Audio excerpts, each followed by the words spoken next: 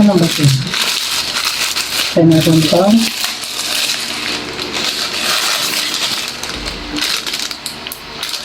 Ito naman yung in-order ng asawa ko.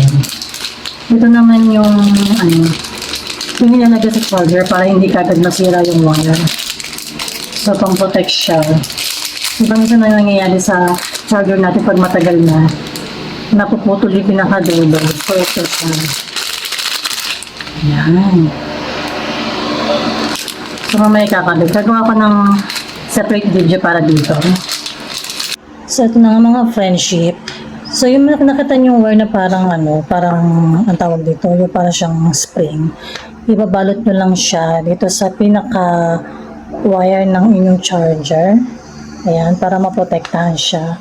So, kailangan batakin yung maigi ha. Kasi ito, tingnan nyo, hindi ko masyado siyang So, kailangan, pag inikot nyo siya, ipupush nyo siya, ididikit nyo siya. Kasi mahaba yung na yun. Parang spring na yun. Tapos, ito naman, yan.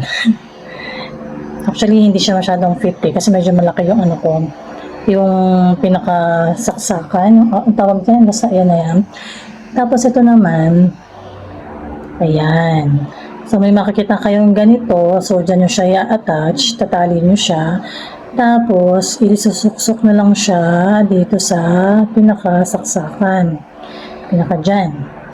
Ayan, para maprotektahan ng inyong charger at hindi kaagad masira. Ito naman, ayan. So, kakabit nyo lang siya, ito, dito.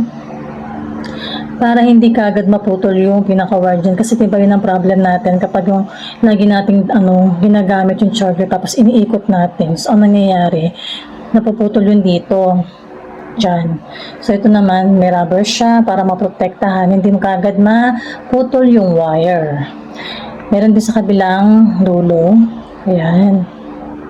So, dali lang naman siyang ikabit.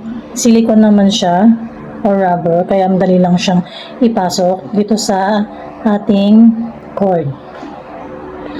And then, makikita nyo naman yung ito. So, i-attach nyo lang siya. Ito, nyo lang yan ipapasok nyo lang yun ng ganyan. Tapos, lalagyan nyo to para kapag nyo, binuhol nyo yung pinakatali na ganyan. Yan. Ganyan. Ganyan. Ayan. Tapos, nyo lang to. Ang ganda kung isasama nyo ito sa pagtali. Ayan. Para hindi makalat sa inyong bag.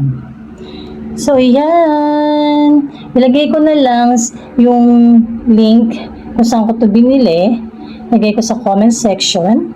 So, try na lang, baka sakaling magustuhan nyo. At para naman maprotektahan ang inyong charger at hindi ka agad masira. So, thank you for watching. Bye!